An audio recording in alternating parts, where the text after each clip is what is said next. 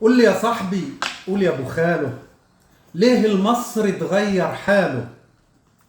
ليه في الغربة بيبقى رديء وبيطلع منه أسوأ شيء؟ تعالوا شوفوا الناس في إيطاليا، تعالوا شوفوا حال الجالية. صاحب شغل عامل ربك واقصد بابه، وادي الحق لكل أصحابه. ده اللي ظلموا وافتروا قبلك صابهم غضبه كل عذابه.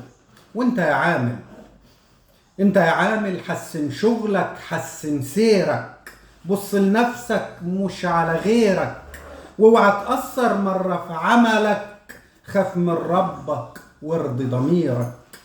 جوه المترو وفي 90، والله جوه المترو وفي 90 شباب والله كتير لاسعين. مكان ما تلاقي المصري الغالي تلقى الدوشة وصوته العالي. جوه الباص يلعن ويسب، وفي قلب المترو يقزقز لب.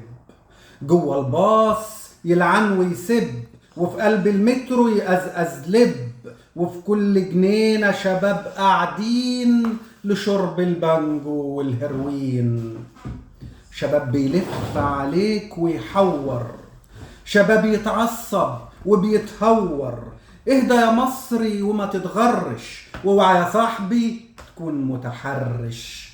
اهدى يا مصري وما تتغرش، واوعى يا صاحبي تكون متحرش.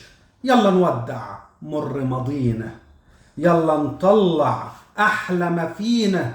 تعالى فدني، يلا فدني، يلا تعالى فدني وفيدك. يلا يا صاحبي وايدي في ايدك، يلا يا صاحبي وايدي في ايدك.